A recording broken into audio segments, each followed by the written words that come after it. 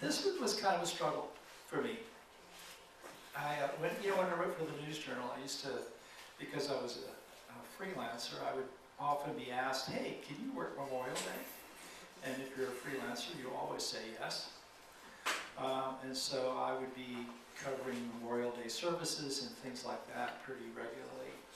And I heard a lot of sort of, I guess, typical Memorial Day sermons. And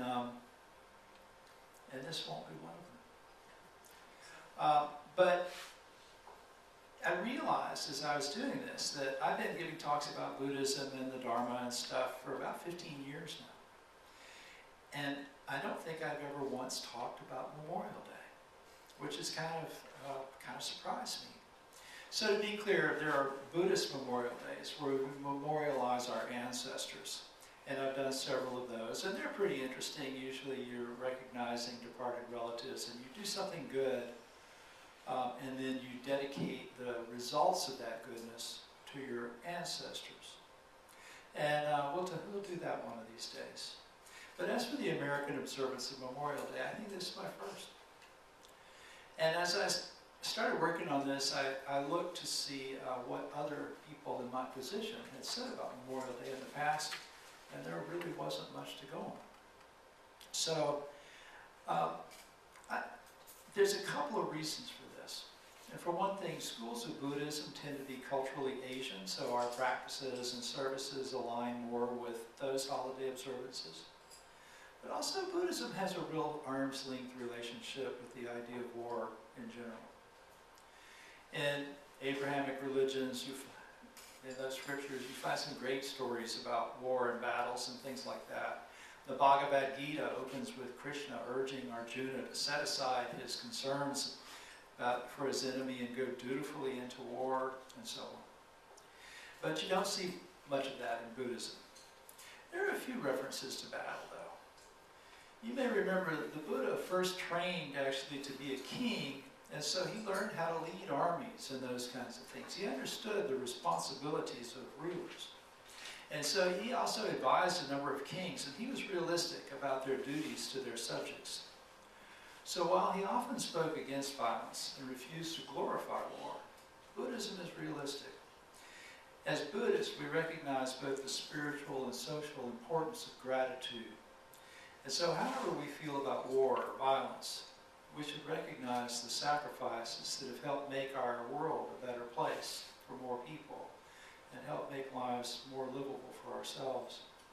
And so we owe a debt of gratitude to soldiers who fought to end slavery, to those who fought to end the Nazi Holocaust, and many others who gave their lives on behalf of peace. And as compassionate people, we can mourn with our friends and neighbors who grieve for fallen loved ones, and our hearts can go out to anyone who returns from war wounded in body or spirit. So, difficulties are always a good spiritual teacher. And so maybe we can use Memorial Day to remind ourselves of the preciousness of human life and to focus on gratitude and compassion. And now this reminded me of a story that I heard once from a monk who had studied with one of the famous contemporary Buddhist masters. And people would come to this teacher for various services and for meditation instruction and things about that. And they would benefit from whatever time and attention he gave them. And so often they'd come back and say, how can I repay you? And his answer consistently would be a smile and a single word: practice. So we can honor our spiritual teachers by practicing what we've been taught. And if we want to honor those who sacrifice life and limb in the name of freedom and peace, then I think probably the best way to do that would be put freedom and peace into action, to work toward a world free from hatred and violence. So that's a tall order. In light of how things are going in the world right now, that might seem to be naive at best and probably impossible. But in my religion, we take a vow to attain enlightenment in order to liberate all beings. And that's also naive, and it's also impossible. But we do it anyway. So to get started, maybe we can look at kind of how violence happens in society, how we create war, and how we might create peace. And there's a concept that a Norwegian researcher named Johan Galtung came up with called peace building. Building peace. And let me explain that a little bit. It falls outside of the range of what I would normally call Buddhist teachings, but it's useful. And I think it aligns very well. So Galtung pioneered the study of peace and conflict. He founded the Peace Research Institute, Oslo, in 1959, which is the first institute of its kind in the world, an institute dedicated to figuring out how peace happens. And he conceptualized this idea of peace building, which is the idea that we can prevent violent conflict by building a sustainable peace. And this can only happen, he says, if we address all the causes of violence and if we address violence in all its forms. And when I read about this, it was really kind of a light going off in my head. Violence and culturally is an interesting thing, and he identified this way 3 different types of violence happen and how they perpetuate this cycle in our society. So there's direct violence, structural violence, and cultural violence. Direct violence is action that threatens life or diminishes someone's capacity to meet basic needs. So things like killing, maiming, slavery, bullying, assault, emotional abuse, those are direct violence. And then working along with that are structural violence, and these are systems that hinder a group's access to opportunities, goods, and services. These can be formal, like apartheid is a formal version of structural violence. Jim Crow laws is another example. Or they can be kind of culturally functional, limited access to education or health care for minorities, for instance. And then there's cultural violence. Social norms, attitudes that are commonly accepted that make direct violence and structural violence seem natural or acceptable. So the belief that one race or one social group is inherently inferior to another is a good example of that. And that's been used to rationalize the slave trade and all kinds of things. Beliefs like that can become very embedded in a culture to the point that they seem absolute and inevitable. And they'll continue from one generation to the next without anyone really questioning them. So this seems really abstract right now, sure. But let's look at a current situation in which one group of people is experiencing and trying to address a version of direct violence. Police brutality and inequality in the criminal justice system against African American males. So, as you probably know, the NFL owners voted this week to require players on the field to stand for the national anthem. They gave them the opportunity to stay in the locker room, so they aren't technically required to be there. But the policy hinders the players' ability to protest, and thus helps perpetuate a situation in which a group of Americans is at greater risk than others of being subjected to direct violence. Now, if you're angry at me, just stop, just hold on. So the direct violence is pretty easy to spot. We've all seen videos of police brutality and shootings, statistics on conviction and incarceration and things like that. So it's pretty obvious, that is. But to really change that, we have to address the structural violence, and that's more subtle. And it's all kind of supported by the cultural violence, which we probably don't even see as violence. It manifests in things like the belief that there's a higher rate of criminality among black males than among others. And there's a cultural violence bias against dialogue about it. And this shows up when a phrase emerges like blue lives matter, or all lives matter. And in framing take a knee as a protest as being anti-patriotic. So now we have this week, we have this new example of structural violence, a culturally functional mechanism that would prohibit a prominent representative of a marginalized group from protesting the conditions by which the group is victimized. And you thought it had something to do with football. So the thing is, if as I was talking about this, or when you think about this, you feel angry or something like that, I understand the flag and the anthem are powerful symbols. They're supposed to be. And to many Americans, they represent things like the many sacrifices that I mentioned earlier. So to show disrespect for those symbols can be deeply troubling. And if you're one of those people who feels that way, I commend you. I'm not interested in changing anyone's attitude about this, because I get it. I came of age in a little different cultural time and place, so it doesn't have that same resonance for me. But if you swap disrespect the flag for disrespect the Buddha, well, you'd have a fight on your hands. So I use that particular example because it demonstrates how emotionally and spiritually complex an attempt at peace building and ending a cycle of violence can become.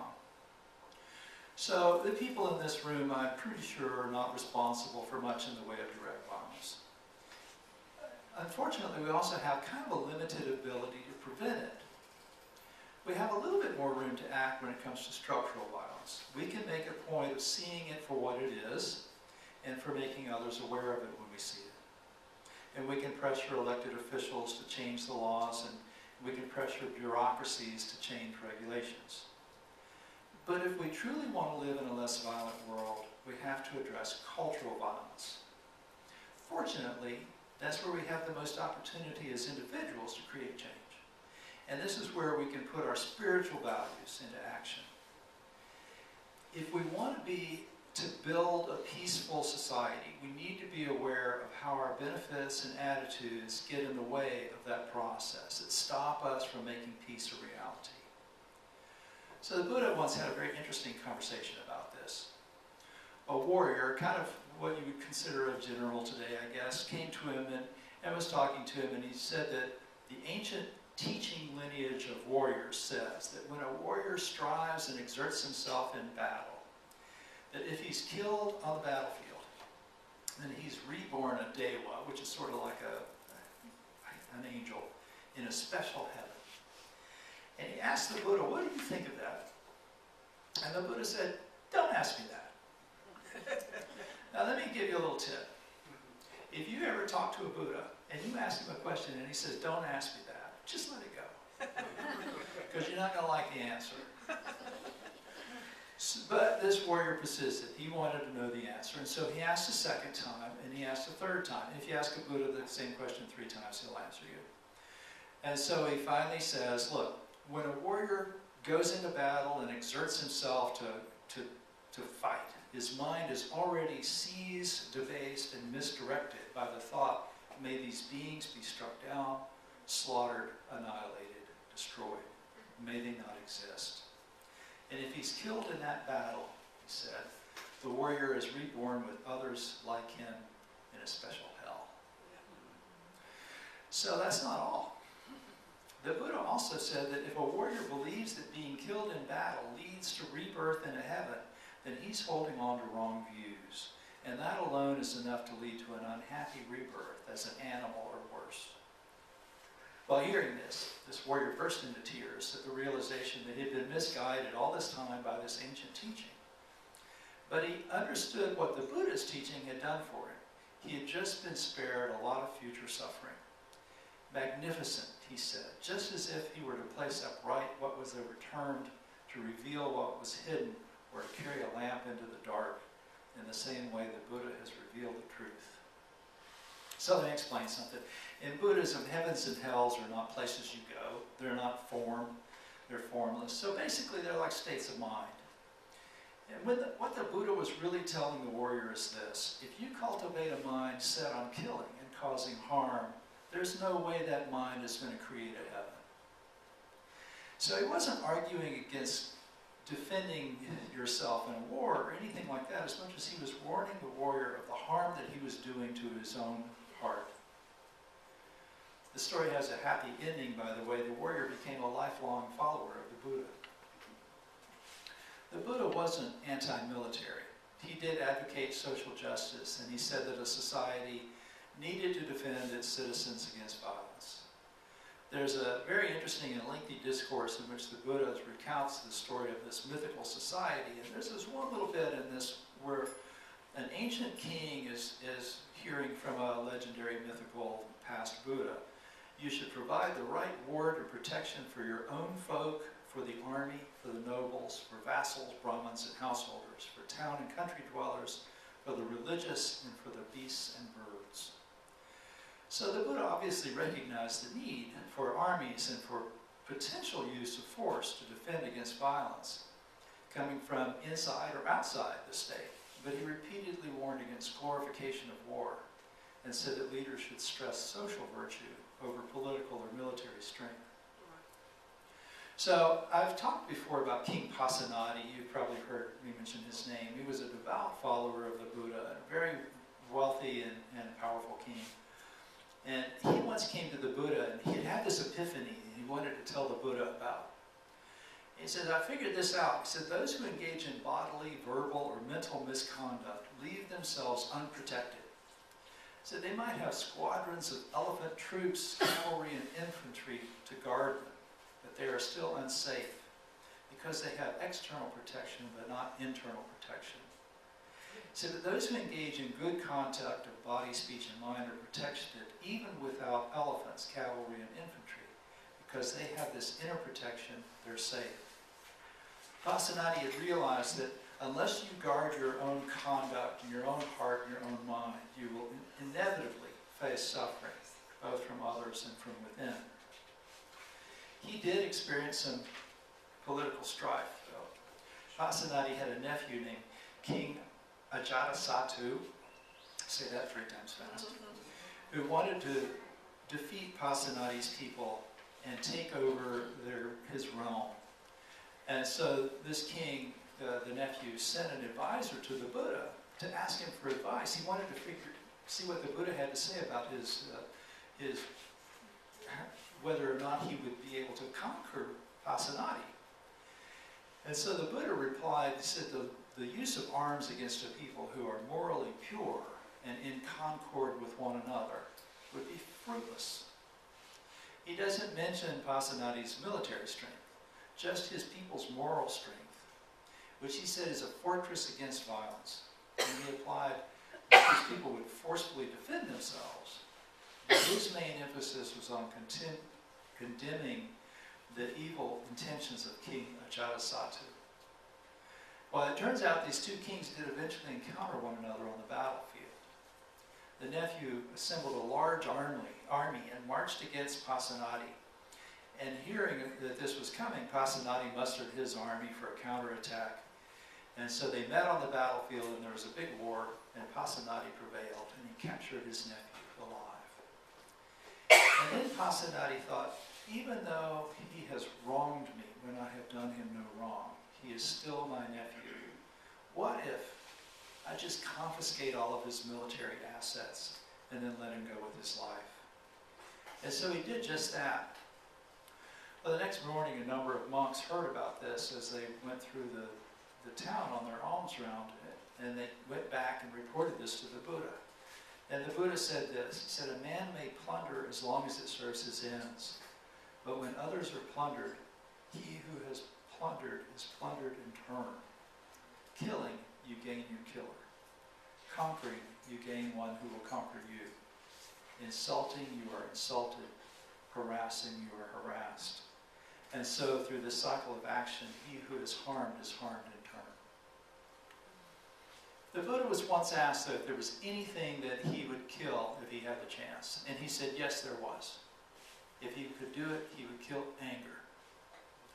He once told a group of monks that even if they were being tortured, if they were harboring thoughts of anger toward their tormentors, they weren't following his teachings. Instead, they should direct thoughts of love and compassion toward them, at those who harm them, and then to all beings in the world. And this is where we have to start if we want to build true peace. So I mentioned that when I wrote for the News Journal, I used to always end up working on Memorial Day. Well, one day I went with a group of veterans to a cemetery, and I walked with them as they put flags on the headstones of those who had served in the cause of freedom. There was a quiet dignity to the ceremony. It was a very old cemetery, and those buried there had served in Vietnam, in Korea, World War I and II, even in the Spanish-American War and the Civil War. And there was a deep mindfulness in the actions of these men and women who were wearing these uniforms from armed forces that they served in decades and decades ago in most cases. And as they placed the flags on the monuments that marked the resting places of those who had fought in these conflicts. And so afterward I interviewed one of the vets, and together we agreed that our hope was that maybe one day our descendants would run out of new headstones to put flags on. So maybe we could make that our focus this weekend. Acknowledge the gratitude for those who have done this, but also resolve to build a lasting peace, to run out of new graves to decorate with flags. So thank you for your attention. Happy Memorial.